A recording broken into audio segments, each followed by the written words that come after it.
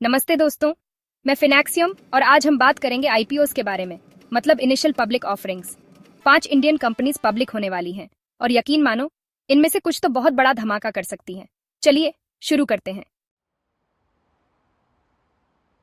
सबसे पहले मामता। ये कंपनी एक ऐसे मार्केट में काम करती है जो अभी बहुत तेजी से ग्रो कर रहा है, पैकेजिंग। सोचो, हर चीज जो आप खरीदते हैं, फोन से लेकर टी शर्ट और सब्जी तक, सबकी पैकेजिंग होती है। और ई कॉमर्स और ऑनलाइन शॉपिंग के बढ़ने से पैकेजिंग की डिमांड और भी बढ़ जा रही है। ममता 2 बड़े इंडस्ट्रीज में पैकेजिंग सॉल्यूशंस देती है। एफएमसीजी मतलब फास्ट मूविंग कंज्यूमर गुड्स, और फार्मास्यूटिकल्स मतलब वो चीजें जो हम रोज इस्तेमाल करते हैं, खाना पीना, दवाइयाँ। और ममता इन सब की पैकेजिंग करती है जो इन्हें सेफ, फ्रेश और कस्टमर्स को अट्रैक्टिव लगने वाली बनाती है। लेकिन ममता की खास बात यह है कि वो सिर्फ कार्डबोर्ड बॉक्सेस नहीं बनाते, वो इनोवेट करते हैं। वो सस्टेनेबल पैकेजिंग सॉल्यूशंस पर फोकस करते हैं, रिसाइकल्ड मटेरियल्स और इको फ्रेंडली तरीकों से। आजकल एनवायरनमेंट का ख्याल रखना बहुत ज़रूरी है और ये बहुत बड़ी बात है, और सिर्फ ग्रीन होने की बात नहीं है। ममता की पैकेजिंग फंक्शनल और एफिशिएंट भी होती है। वो लेटेस्ट टेक्नोलॉजी यूज़ करते हैं जिससे वेस्ट कम हो, स्टोरेज स्पेस बढ़िया हो और कस्टमर एक्सपीरियंस भी अच्छा हो। ममता का डोमेस्टिक मार्केट में तो अच्छा पोजीशन है ही, वो इंटरनेशनल मार्केट में भी एक्सपैंड कर रहे हैं। वो ग्लोबल डिमांड को पूरा कर रहे हैं हाई क्वालिटी सस्टेनेबल पैकेजिंग की, और ये मार्केट आगे और भी बड़ा होने वाला है। तो वो पब्लिक क्यों हो रहे हैं? हर एम्बिशियस कंपनी की तरह उन्हें ग्रो करने के लिए पैसे चाहिए। आईपीओ से वो इन्वेस्टर्स से, आप और हम जैसे लोगों से फंड्स रेज कर सकते हैं, जिससे वो अपना ऑपरेशन एक्सपैंड कर सकें, रिसर्च एंड डेवलपमेंट में इन्वेस्ट कर सकें और पैकेजिंग इंडस्ट्री में ग्लोबल लीडर बन सकें। अगर ममता अपने विजन पर सही से काम कर पाए तो ये आईपीओ अर्ली इन्वेस्टर्स के लिए बहुत प्रॉफिटेबल हो सकता है। अब कंज्यूमर गुड्स से कुछ और बड़े की बात करते हैं, इंफ्रास्ट्रक्चर। ट्रांसरेल ये कंपनी इंडिया के ग्रोथ की नींव रख रही है। ट्रांसरेल 2 जरूरी एरियाज में काम करती है, पावर ट्रांसमिशन और टेलीकॉम इंफ्रास्ट्रक्चर।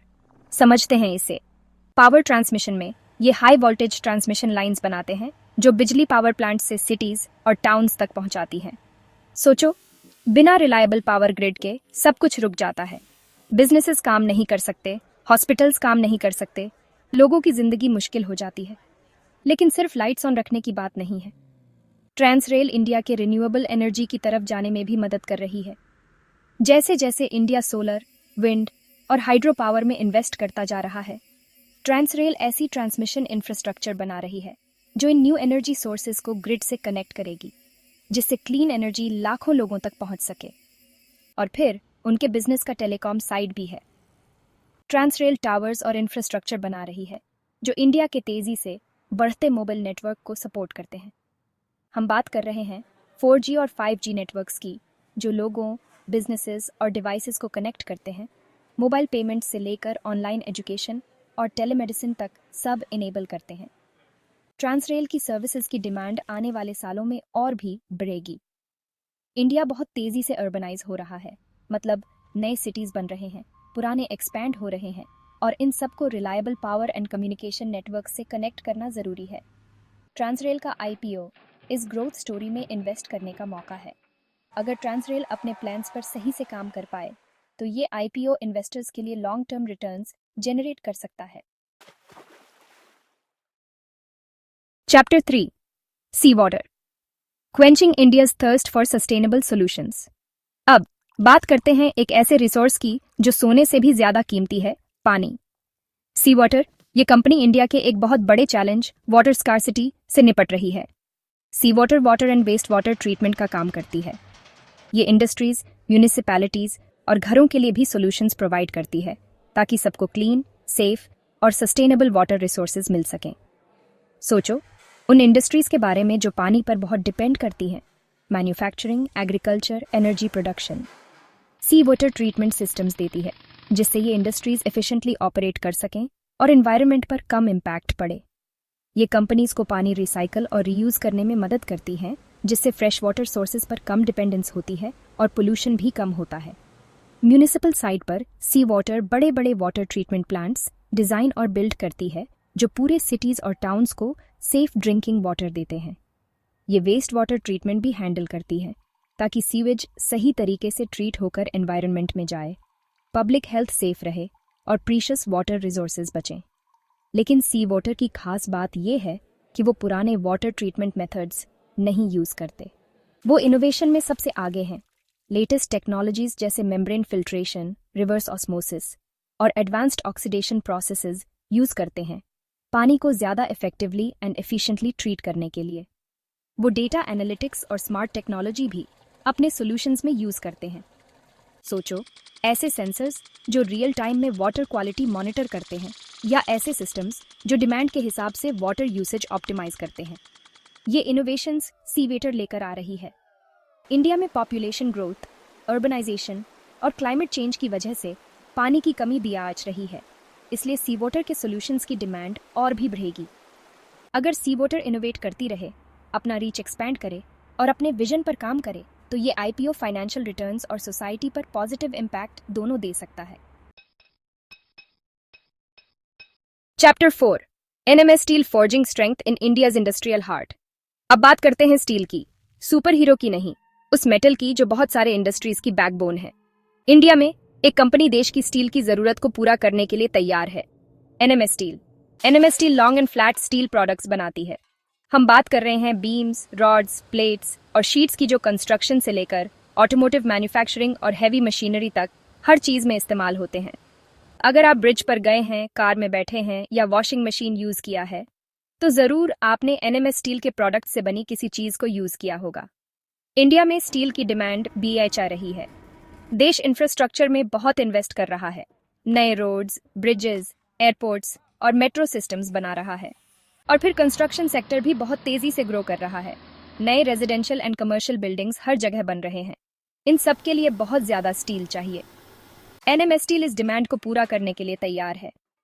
उनके पास state of the art manufacturing facilities हैं, स्ट्रॉन्ग डिस्ट्रीब्यूशन नेटवर्क है और क्वालिटी एंड रिलायबिलिटी के लिए अच्छी रेपुटेशन है। उन्होंने इंडिया की कुछ बड़ी कंस्ट्रक्शन एंड मैन्युफैक्चरिंग कंपनीज के साथ लॉन्ग टर्म कॉन्ट्रैक्ट्स भी किए हैं, जिससे उन्हें स्टेडी रेवेन्यू मिलता रहेगा। लेकिन एनएमएस स्टील की खास बात है उनका इनोवेशन पर फोकस। वो लगातार रिसर्च एंड डेवलपमेंट में इन्वेस्ट कर रहे हैं, न्यू स्टील एलॉयज एक्सप्लोर कर रहे हैं और ज़्यादा एफिशिएंट मैन्युफैक्चरिंग प्रोसेसेस डेवलप कर रहे हैं। वो सस्टेनेबिलिटी के लिए भी कमिटेड हैं, रिसाइकल्ड स्टील यूज़ करके और एनर्जी एफिशिएंट टेक्नोलॉजीज इम्प्लीमेंट करके एनवायरनमेंट पर इम्पैक्ट कम कर रहे हैं। अगर एनएमएस स्टील अपने प्लान्स पर काम करती रही, तो ये आईपीओ इन्वेस्टर्स के लिए अच्छे रिटर्न्स दे सकता है। Chapter 5, Sanathan, weaving innovation in chemicals and textiles. अब बात करते हैं एक ऐसी कंपनी की जो केमिस्ट्री और टेक्सटाइल्स को कंबाइन करके इनोवेटिव सॉल्यूशंस क्रिएट करती है कई इंडस्ट्रीज के लिए। सैनाथन। सैनाथन 2 मेन सेगमेंट्स में काम करती है, स्पेशलिटी केमिकल्स और यार्न्स। केमिकल साइड पर वो कई तरह के प्रोडक्ट्स बनाते हैं, जैसे एडहीसिव्स, कोटिंग्स, सीलेंट्स और टेक्सटाइल ऑक्सिलरीज। ये केमिकल्स कई एप्लीकेशंस में यूज होते हैं, पैकेजिंग और कंस्ट्रक्शन से लेकर एग्रीकल्चर और टेक्सटाइल्स तक। जैसे उनके एडहीसिव्स फूड पैकेजिंग से लेकर ऑटोमोटिव असेंबली तक हर चीज में यूज होते हैं। उनके कोटिंग सर्फेसेस को कोरोजन और वियर एंड टियर से बचाते हैं और उनके टेक्सटाइल ऑक्सिलरीज फैब्रिक्स के परफॉर्मेंस एंड ड्यूरेबिलिटी को बढ़ाते हैं। यार्न साइड पर सैनाथन कई तरह के स्पेशलिटी यार्न्स बनाती है जो टेक्सटाइल इंडस्ट्री में यूज होते हैं। ये यार्न्स स्पेसिफिक एप्लीकेशंस के लिए डिजाइन किए जाते हैं, जैसे स्पोर्ट्सवेयर, आउटरवेयर और इंडस्ट्रियल फैब्रिक्स। ये अपनी स्ट्रेंथ, ड्यूरेबिलिटी और यूनिक प्रॉपर्टीज जैसे मॉइस्चर विकिंग और रिंकल रेजिस्टेंस के लिए जाने जाते हैं। सैनाथन की खास बात है उनका इनोवेशन एंड सस्टेनेबिलिटी पर फोकस। वो लगातार नए प्रोडक्ट्स एंड प्रोसेसेस डेवलप कर रहे हैं जो कस्टमर्स की बदलती ज़रूरतों को पूरा करते हैं और साथ ही एनवायरनमेंट पर इम्पैक्ट कम करते हैं। वो सस्टेनेबल रॉ मटेरियल्स यूज़ करने और एपीएनए कार्बन फुटप्रिंट कम करने के लिए भी कमिटेड है। अगर सैनाथन इनोवेट करती रही, एपीएनए प्रोडक्ट पोर्टफोलियो एक्सपैंड करती रही और मार्केट शेयर कैप्चर करती रही, तो ये आईपीओ इन्वेस्टर्स के लिए अच्छे रिटर्न्स दे सकता है। Don't miss out, invest in India's future. तो ये रहे 5 इंडियन कंपनीज जो पब्लिक होने वाली हैं और हर एक में पोटेंशियल है अपनी इंडस्ट्री को बदलने का।